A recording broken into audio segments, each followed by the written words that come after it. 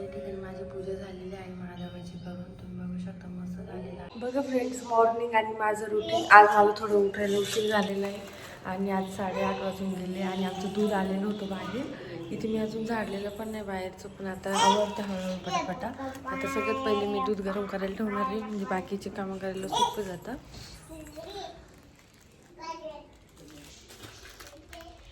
Guys, मी मंदिरात आलेली आहे. हे मंदिर खूप छान आहे आणि इथे खूप जुनं मंदिर आहे, खूप वर्षापासूनचं आहे. तर त्यामुळे इथे आल्यावर खूपच भारी वाटतं आणि एक पॉझिटिव्हिटी भेटते इथे मंदिरात आल्यावर. तर बघू शकता मंदिराचा परिसर खूपच भारी आहे एकदम.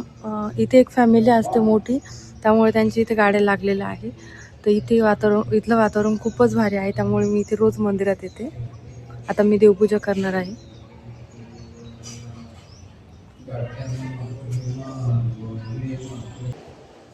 बघा या ठिकाणी माझं दर्शन घेऊन झालेलं आहे मंदिरामधून. तर आता मी घरी जाण्यासाठी निघालेले आहे. मॅक्झिमम मला घरापासून तर मंदिरापर्यंत यायला 5 मिनटं लागतं आणि मंदिरात 15 मिनटं आणि घरी जायला 5 मिनटं, असे 20 मिनटं लागतं मला मंदिरात दर्शन घेण्यासाठी. तर खूप जवळ आहे सोसायटीपासून हे मंदिर, त्यामुळे आता मी घरी निघालेले आहे. मी आलेले आहे सोसायटीमध्ये आणि सोसायटीचा हा पहिला गेट आहे. सेक्टर 6चा गेट आहे हा आणि सोसायटीचे असे भरपूर काही सेक्टर्स आहेत. हा सेक्टर 6चा गेट आहे आणि सोसायटीमध्ये आल्यावरच इथे तुम्हाला खाली पूर्ण पार्किंग बघायला भेटेल.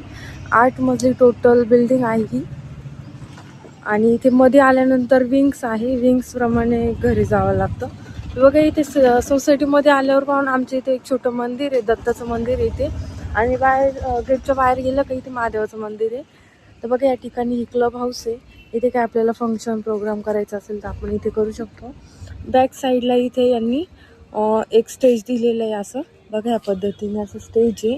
या स्टेजवर आपण नाईट फंक्शन करू शकतो किंवा हळदी वगैरे असे काही नाईट प्रोग्राम असतील तर ते इथे करता. आणि ते समोर दिलेले आहे तिथे आपण डेचे प्रोग्राम करू शकतो. तर बघा या ठिकाणी मस्त छोटं छान असं मस्त दत्ताचं मंदिर आहे. इथे उंबराचं झाड आहे आणि त्याच खाली मस्त मंदिर आहे. खूपच छान छोटं मस्त मंदिर आहे, तुम्ही बघू शकता या ठिकाणी. आणि इथे समोर असं मस्त लॉन दिलेलं आहे. इथे नाईटच्या वेळेला येऊन बसायला खूप भारी वाटतं. आम्ही सर्व फ्रेंड्स असलो की येतो या ठिकाणी.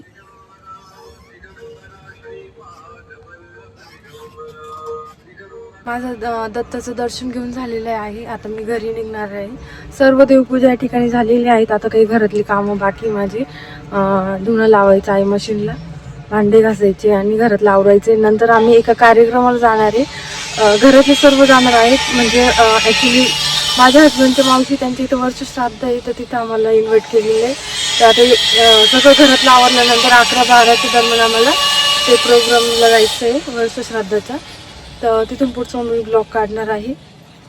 बघा फ्रेंड्स, माझे सगळे कामं आवडलेले घरामध्ये आणि आम्ही आता वर्ष श्राद्धाच्या कार्यक्रमासाठी निघालेलो आहे.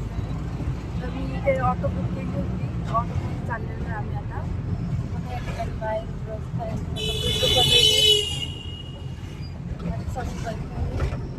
चाललेलो आहे आता वर्ष श्राद्धाला. बघा आम्ही वर्ष श्राद्धाला आलेलो आहे. तुम्ही बोलले होते मी आम्ही वर्ष श्राद्धाला चाललेलो आहे. तुम्ही इथे आलेले आहे, तुम्ही बघू शकता. आमचे खूप पाहुणे इथे.